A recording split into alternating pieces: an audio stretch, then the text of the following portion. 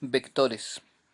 Introducción a los conceptos geométricos fundamentales. Vamos a comenzar por dar una definición geométrica de lo que se considera un vector. Esta definición está alejada de la clásica definición de un vector como una magnitud o una cantidad vectorial.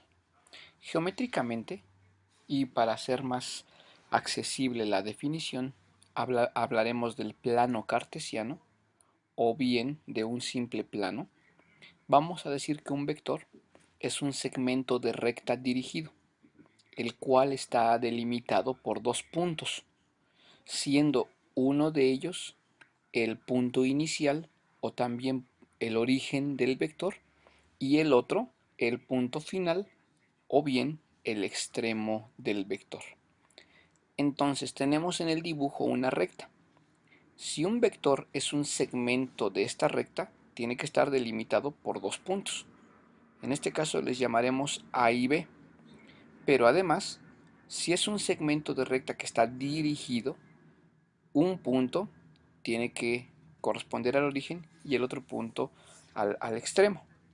En este caso vamos a decir lo siguiente. Un vector lo vamos a representar por un segmento de recta y una punta de flecha en su extremo. La punta de flecha se utiliza para indicar la dirección del vector. Así pues, en este dibujo podemos pensar en el vector que va del punto A al punto B, o dicho en otras palabras, este es un vector que comienza en el punto A y termina en el punto B. La forma en que se suele representar en notación a un vector puede ser de dos maneras. La primera, indicando claramente el punto de origen y el punto final, y señalando ambos con una flecha como supraíndice, indicando que se trata de un vector. Así pues, en este dibujo, ese vector que aparece en color rojo es el vector que va de A a B. La letra mayúscula inicial hace referencia siempre al origen del vector, mientras que la letra mayúscula final hace referencia al extremo. Entonces, claramente este vector comienza en A y termina en B. La segunda manera que tenemos para representar a este vector, pues es a través del uso de letras minúsculas. En este caso, la letra minúscula se utiliza y también se le sombrea con una flecha de vector. Bueno, entonces dos maneras. AB siendo A punto origen y B punto final, o bien U minúscula y en ambos casos con una flecha superior que nos indique que se trata de un vector. Bueno, además de estas dos notaciones, otra manera de representar a un vector, de las comúnmente más utilizadas, puede ser mediante una letra minúscula, pero una letra minúscula en negrillas, de tal manera que, dado el contexto de que se esté hablando, se entienda que la letra minúscula, pero en negrillas, también representa a un vector, y no sería necesario en este caso que tuviese una flecha como supraíndice. Un vector tiene dos elementos esenciales, la magnitud y la dirección.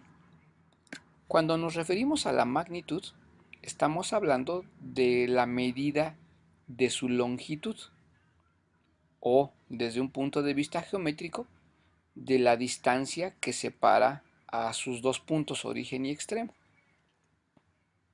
Esa sería la magnitud.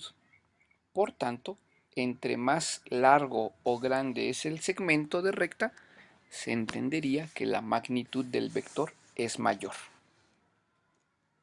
La manera de representar en términos de notación matemática a la magnitud de un vector es a través de el símbolo de valor absoluto. Cuando nosotros nos referimos al valor absoluto del vector u, estamos hablando de su magnitud. Otro nombre u otros nombres alternativos que recibe el concepto de la magnitud, también se le puede conocer como el módulo del vector o la norma del vector. Son tres maneras de referirse a la magnitud o a la longitud que tiene el vector. La magnitud, por tanto, pues debe de ser una cantidad, además de una cantidad numérica, y además de ello debe de ser positiva. Esto dado el concepto de valor absoluto al cual estamos haciendo referencia. La dirección del vector, el segundo elemento, se representa justo por la punta de flecha. Y esta típicamente se pone en el punto final o extremo del vector. Cuando no se pone en el punto final o en el extremo del vector, la flechita o el símbolo para representar la dirección también se puede poner a la media de su longitud. Es decir, se puede representar también una flecha que se encuentre justo en medio. La flecha tiene otra vez entonces por finalidad establecer claramente la dirección del vector. Igualdad de vectores. ¿Cuándo podemos definir que dos vectores son iguales? Vamos a decir que dos vectores son iguales si poseen la misma magnitud y también la misma dirección. Para poder revisar o definir si dos vectores son iguales, lo que tendríamos que hacer desde el punto de vista geométrico es superponer un vector encima del otro. Si al momento que hacemos esa superposición ambos vectores coinciden plenamente en magnitud y en dirección, entonces en ese caso podremos establecer que los vectores son iguales. En el caso del dibujo tenemos al vector AB y al vector CD, o bien a los vectores U y B. La manera para decidir si son iguales es superponer uno con el otro y comparar. Hagamos ese procedimiento. Cuando hacemos la superposición, vemos que coinciden plenamente, tanto en magnitud como en dirección.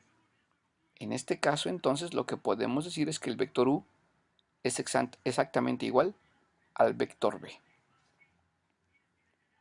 Y por tanto, también podemos establecer que el vector AB es exactamente igual al vector CD. Vector nulo. Un vector nulo es aquel vector que no posee dirección. Y esto es así porque su magnitud es cero. La única manera de que un vector tenga magnitud cero es porque su punto inicial y final es el mismo. Es decir, estamos hablando de un solo punto. En términos de notación, el vector nulo se le representa como un cero, pero en negrillas. Esto para no confundirnos con el cero como cantidad del cero como un vector nulo. Esta parte es importante. Bien, hablemos ahora del concepto de multiplicación de un vector por un escalar. Vamos a pensar en un número C que pertenezca al conjunto de los reales. Y vamos a pensar en el vector U, siendo este un vector no nulo. La multiplicación de un escalar C por este vector U la vamos a representar como C por U.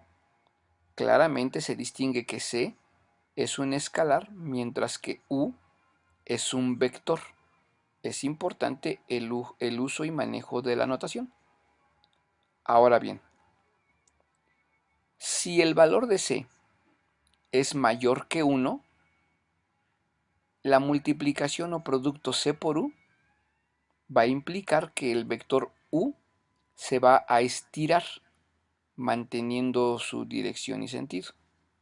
Por ejemplo, si el valor de C fuese igual a 2, entonces el vector u va a duplicar su longitud, tal como se observa en la representación. ¿Qué ocurre si el valor de c es un valor positivo, pero se encuentra entre 0 y 1?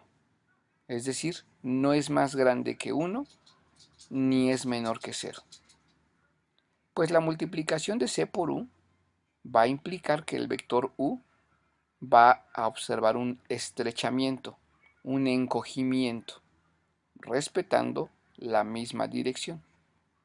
Por ejemplo, si el valor de c fuese exactamente igual a 1/2, esto significa que el vector u, el vector original de u, va a reducir a la mitad su longitud, tal como va a aparecer enseguida. Entonces, multiplicar a un vector por un escalar implica, hasta ahorita, o que el vector sufre un estiramiento vertical o bien sufre un estrechamiento. Y en ambos casos preserva la dirección. ¿Qué ocurre cuando el valor de c es negativo? Bien, cuando el valor de c es negativo, por ejemplo, -1, esto va a implicar que el vector u va a mantener su magnitud, pero su dirección va a cambiar. Entonces, cuando la constante que está multiplicando al vector es una constante negativo, además del posible estiramiento o estrechamiento, el efecto que también va a provocar el valor negativo es que el vector cambie de dirección. Así, el vector -1 por c observará la siguiente forma gráfica, tal como se observa ahí. Ahora bien, vamos a cerrar con una observación importante. Nosotros sabemos que para un vector u, su magnitud se define como valor absoluto de u. Y esta representa la longitud del vector. Bueno, hemos dicho hace un momento que cuando un vector se multiplica por un escalar, la longitud del vector cambia. Cambia justo en la cantidad por la cual se está multiplicando. Por ejemplo, hemos dicho que cuando multiplicamos al vector u por la constante 2, sabemos que la longitud del vector u se va a duplicar, se va a estirar al doble. Pues bien, la magnitud del vector también cambiará a ser el doble de la que originalmente era. De tal manera que podemos establecer como corolario una propiedad importante. En general, si yo quiero calcular la magnitud de un vector que ha sido multiplicado por una constante, esto será igual a calcular el valor absoluto de la constante multiplicado por la magnitud del vector u. Así pues, la magnitud de 2 veces u es igual a 2 veces la magnitud de u.